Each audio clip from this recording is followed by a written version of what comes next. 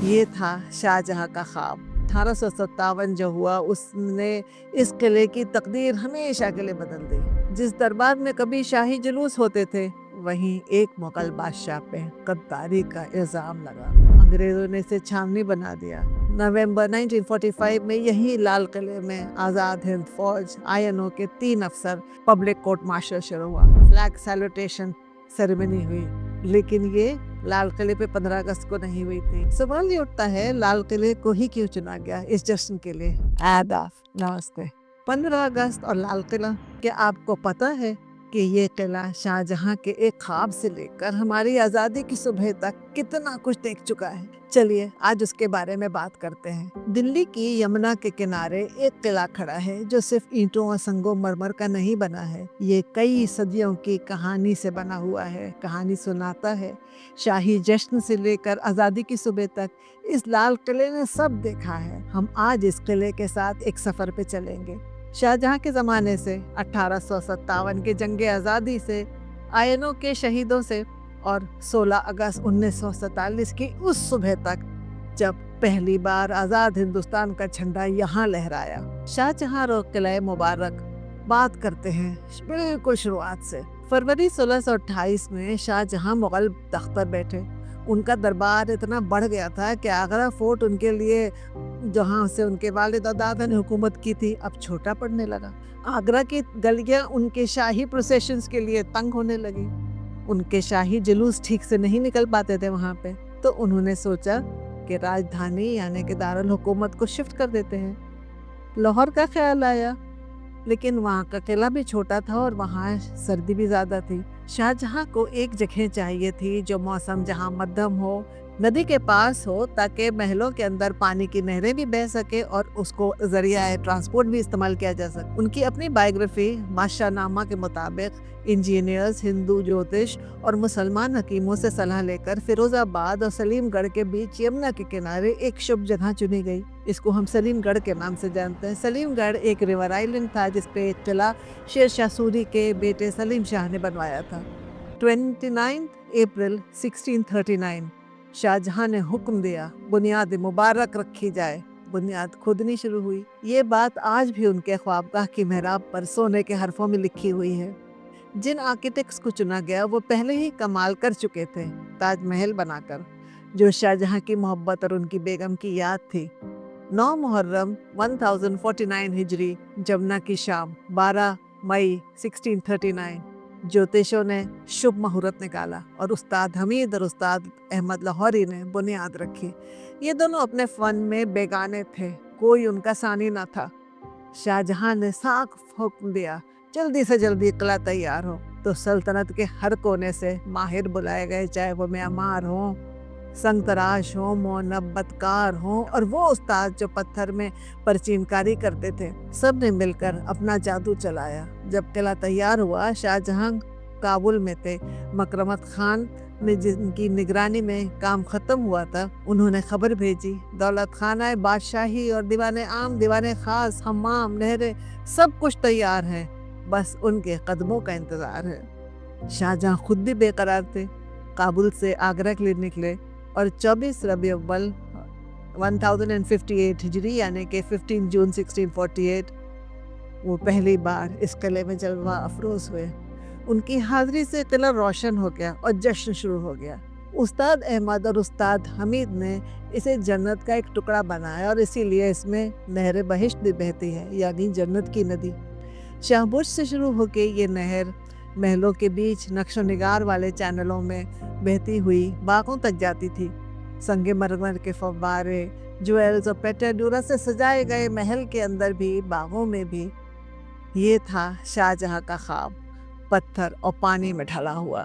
پھر آیا 1857، آخری مغل بادشاہ اور ان کی عدالت۔ 2 صدیاں گزری۔ 1857 جو ہوا اس نے اس قلعے کی تقدیر ہمیشہ کے لیے بدل دی۔ بہادر شاہ ظفر جو اس وقت مغل بادشاہ تھے، شاعر بھی تھے، صوفی بھی تھے، انہوں نے 1857 میں پہلی جنگ آزادی کی سرپرستی کی۔ سپاہیوں نے انہیں اپنا رہنما مانا، شہنشاہ ہندوستان کہا، لیکن اس کو انگریز نے، ایسٹ انڈیا کمپنی نے بغاوت کہا اور اس کو بے رحمی سے کچلا۔ انگریزوں نے بہادر شاہ ظفر کو گرفتار کیا اور اسی لال قلعے کے دیوان خاص میں ان پر مقدمہ چلایا گیا۔ جس دربار میں کبھی شاہی جلوس ہوتے تھے وہیں ایک مغل بادشاہ پہ غداری کا الزام لگا۔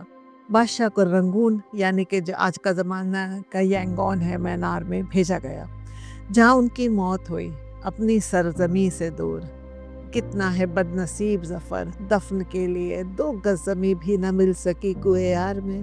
اس کے بعد لال قلعہ بدل گیا، انگریزوں نے اسے چھاونی بنا دیا۔ کئی شاہی عمارتیں توڑی گئیں، مل کے 80% توڑا گیا، صرف ملٹری ضرورت کے لیے جتنی چاہیے تھی رکھا گیا۔ شاہ جہاں کی جنت ایک فوجی چھاونی بن گئی۔ پھر یہاں پہ INA ٹرائلز ہوئی۔ قریب 100 سال بعد لال قلعہ پھر ایک بار تاریخ کا گواہ بنا۔ نومبر 1945 میں یہی لال قلعے میں آزاد ہند فوج INO کے 3 افسر کرنل پریم سہگل، کرنل گربخش سنگھ ڈھلوں اور میجر جنرل شاہ نواز خان پر پبلک کورٹ مارشل شروع ہوا۔ ان تینوں پر الزام تھا کنگ ایمپرر کے خلاف جنگ چھیڑنا۔ اس وقت کے انڈین آرمی ایکٹ میں غداری کے لیے الگ سے کوئی دفعہ نہیں تھی۔ Lieutenant Gurbakhsh Singh Dhillon, Captain Shah Nawaz Khan, Captain P.K. Sehgal, Section 41, waging war against the king.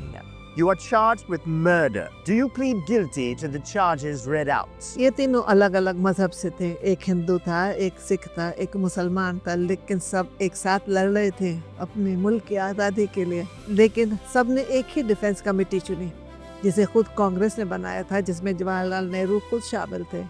یہ ٹرائل جان بوجھ کر پبلک رکھی گئی اور لال قلعے میں ہی اس لیے کیونکہ اس کی سیاسی اہمیت بہت زیادہ تھی۔ پورا ہندوستان اس کے ساتھ کھڑا ہو گیا۔ لال قلعے سے آئی آواز سہگل، ڈھلو، شاہ نواز، یہ نعرہ ہر گلی میں گونجنے لگا۔ اسی دوران بمبئی میں رائل انڈین نیوی کی میوٹنی بھی شروع ہو گئی۔ پورا ماحول جوش اور بغاوت سے بھرا ہوا تھا انگریزوں کے خلاف۔ آخر کار اتنی زبردست عوام کے دباؤ کے آگے برٹش انڈین آرمی کے کمانڈر ان چیف کلاڈ آکنلیک کو تینوں کی سزا معاف کرنی پڑی۔ جو قلعہ کبھی شاہی طاقت کی علامت تھا، اب وہی قلعہ آزادی کی امید کا نشان بن رہا تھا۔ 1947 آئی۔ 14 اور 15 اگست 1947 مڈ نائٹ کانسٹیٹیوشن اسمبلی میں جواہر لال نہرو نے اپنی مشہور trust with destiny speech the. Long years ago, we made a tryst with destiny, and now the time comes when we shall redeem our pledge, not wholly or in full measure, but very substantially. At the stroke of the midnight hour, when the world sleeps, India will awake to life and freedom. A moment comes, which comes but rarely in history, when we step out from the old to the new, when an age ends, and when the soul of a nation, long suppressed, finds utterance. It is fitting that at this solemn moment we take the pledge of dedication to the service of India and her people, and to the still larger cause of humanity. 15 اگست 1947 کو ہندوستان انگریزی سلطنت سے آزاد ہوا۔ مہاتما گاندھی کی قیادت میں چلائی گئی تحریک کے بعد، جس کی بنیاد نان وائلنس تھی، سطح کی تبدیلی ہوئی۔ لارڈ ماؤنٹ بیٹن جو ہندوستان کے آخری وائسرائے تھے، ان کی نگرانی میں ہوئی۔ 15 اگست 1947 کو پہلی بار بہت بڑی پبلک کے سامنے فلیگ سیلوٹیشن سیریمنی ہوئی، لیکن یہ لال قلعے پہ 15 اگست کو نہیں ہوئی تھی، یہ پرنسس پارک جو انڈیا گیٹ کے قریب ہے وہاں ہوئی تھی۔ پردھان منتری جواہر لال نہرو نے ایک بھاری بھیڑ کے سامنے راشٹری جھنڈا پھہرایا۔ پرنسس پارک آج کے وجے چوک اور کرتویہ پارک کے علاقے کے پاس ہے۔ جواہر لال نہرو ہندوستان کے پہلے پردھان منتری بنے اور 16 اگست کو انہوں نے لال قلعے کے لاہوری دروازے پر راشٹری جھنڈا پھہرایا۔ اس کے بعد اب ہر سال 15 اگست کو پھہرایا جاتا ہے۔